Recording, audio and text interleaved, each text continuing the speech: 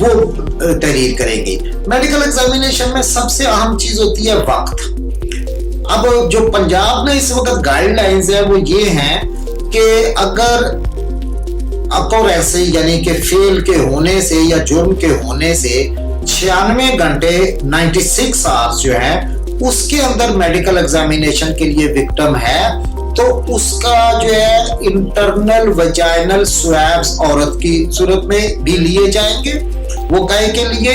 وہ P F S A Punjab forensic science agency کو D N A معائنہ کے لیے۔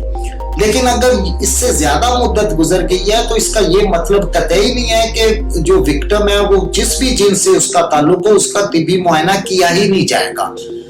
طبی معائنہ ضرور کیا جائے گا لیکن یہ جو انٹرنل سویبز ہیں یہ نہیں لیے جائیں گے کیونکہ پی ایف ایس سے جو ہے وہ دیر سے ہونے والے معائنوں کو یعنی بیونڈ 96 آورز والوں کو وہ نہیں لیتے کہ اس سے فائدہ کوئی نہیں ہوتا کہ اس سے جو ہے ڈی این اے میچنگ جسے ہم بعد میں کہتے ہیں یا ڈیٹیکشن وہ نہیں ہو پاتی اور بہت ساری ایویڈنس ضائع ہو جاتی ہے۔ اب اس کے ساتھ ہی ایک منسلک بات، جو آپ اگر کسی ریپ وکٹم کی ہیلپ کر رہے ہیں تو یہ یقینی بنائیں کہ جو کپڑے انہوں نے اس وقت پہنے ہوئے تھے جب یہ واقعہ ہوا تھا وہی کپڑے پہنے ہوئے ہوں تاکہ ان کے اوپر جس قسم کی بھی کوئی ملزم کی جو پرپیٹریٹر ہے اس کی ایویڈنس رہ گئی ہے وہ سر کا بال ہو سکتا ہے، ناخن کا کوئی ٹکڑا ہو سکتا ہے، یہ سمجھ لیں کہ کئی صورتوں میں جسمانی ایویڈنس وکٹم کے جسم پہ یا جس جگہ پہ ہوا ہے جو پرپیٹریٹر یعنی جرم کرنے والا ہے اس کی رہ جاتی ہے جس کو ہم عام طور پہ نہیں سمجھتے، لیکن جس انداز سے ریپ کے جرائم میں موقع سے یا پلیس آف اکورنس کرائم سین سے ایویڈنس فورینزک والے یہ جو ان کے موبائل یونٹس ہوتے ہیں وہ کٹھی کرتے ہیں اور کرائم سین یونٹ جو ہے جس طرح سے اس کو پریزرو کرتا ہے کہ کوئی ایویڈنس ادھر سے ضائع نہ ہو تو ادھر سے بہت ساری چیزیں ایسی مل جاتی ہیں جو بعد میں فورینزک معائنے کے بعد مقدمے کے لیے بہت ہیلپ فل ہوتی ہیں۔ تو آپ وکٹم کو بتائیں کہ وہ کپڑے نہ بدلیں، وہ تمام لے کے جائیں، اگر انہوں نے تبدیل بھی کیے تھے تو وہ خود ساتھ لے کے جائیں جب طبی معائنے کے لیے لے جایا جا رہا ہے، اور بالخصوص اپنے آپ کو واش نہ کریں۔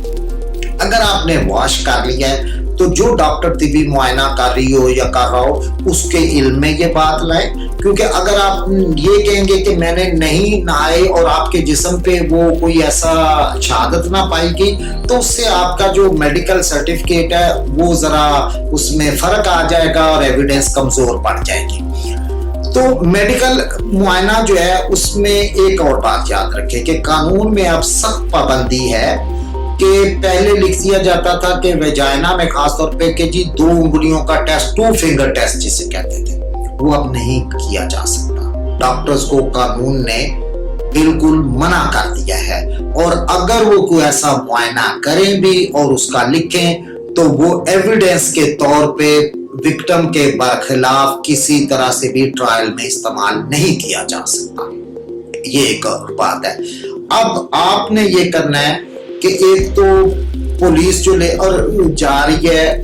آپ بار وقت جائے میڈیکل ایگزامینیشن کے لیے، اس میں ایک تو متعلقہ میڈیکل لیگل آفیسر کریں گی یا کرے گا، اس کے ساتھ ساتھ ہو سکتا ہے کچھ دیگر ٹیسٹ بھی، کچھ سکینز یا عورتوں کی صورت میں اگر ذرا کچھ دیر ہو گئی ہے اینٹی پریگننسی ٹیسٹ بھی لیا جاتا ہے تو آپ یہ ساری باتیں کروائیں۔ اور بہت ساری انجریز بھی جسم پہ اندرونی یا بیرونی ایسی ہوتی ہیں وکٹم پہ جو فل فور ایک ایگزامینیشن سے ڈیٹیکٹ نہیں ہوتی۔ اگر ڈاکٹر مزید معائنے کا لکھیں کریں ریفر کریں کسی اور او پی ڈی یونٹ کو یا اسپیشلسٹ کو تو آپ یقینی بنائیں کہ پولیس جو ہے وہ وکٹم کو لے کے اس جگہ پہ جاتی ہے اور یہ تمام باتیں ہوتی ہیں تاکہ آپ کے میڈیکل لیگل سرٹیفکیٹ پہ ان تمام باتوں کی شہادت اچھے انداز سے آ جائے۔ دوسرا، ڈاکٹروں کو یہ قانون پابند کرتا ہے کہ وہ جو بھی فائنڈنگ دیں کہ یہ اس چیز کی شہادت پائی گئی ہے یا ان کی نظر میں اس طرح کا جنسی فعل ہوا ہے یا نہیں تو اس کی وجوہات لکھیں گے۔ وہ گول مول بات نہیں لکھ سکتے۔ جیسے میں مثال دیتا ہوں کہ اگر کسی کو انجری ہے کوئی تو لکھ دیا جائے کہ پروبیبلٹی ہے کہ یہ شاید فیبریکیٹڈ ہے یا خود لگائی گئی ہے. یہ بات عدالت نہیں مانے گی. عدالت نے ماننا ہے کہ آپ نے کس بنیاد پہ اس نتیجے پہ پہنچے ہیں کہ یہ فیبریکیٹڈ یا فیک ہے. آپ وہ وجوہات لکھیں جو لاجیکل سائنٹیفک میڈیکل نالج کے مطابق ہوں. ریپ کے قانون یا اس کے متعلق تفتیش یا دیگر معلومات کے لیے اگر آپ کے کوئی سوالات ہوں تو آپ ہوپ سے رابطہ قائم کر سکتے ہیں تاکہ وہ آپ کی اس سلسلے میں قانونی رہنمائی کر سکیں.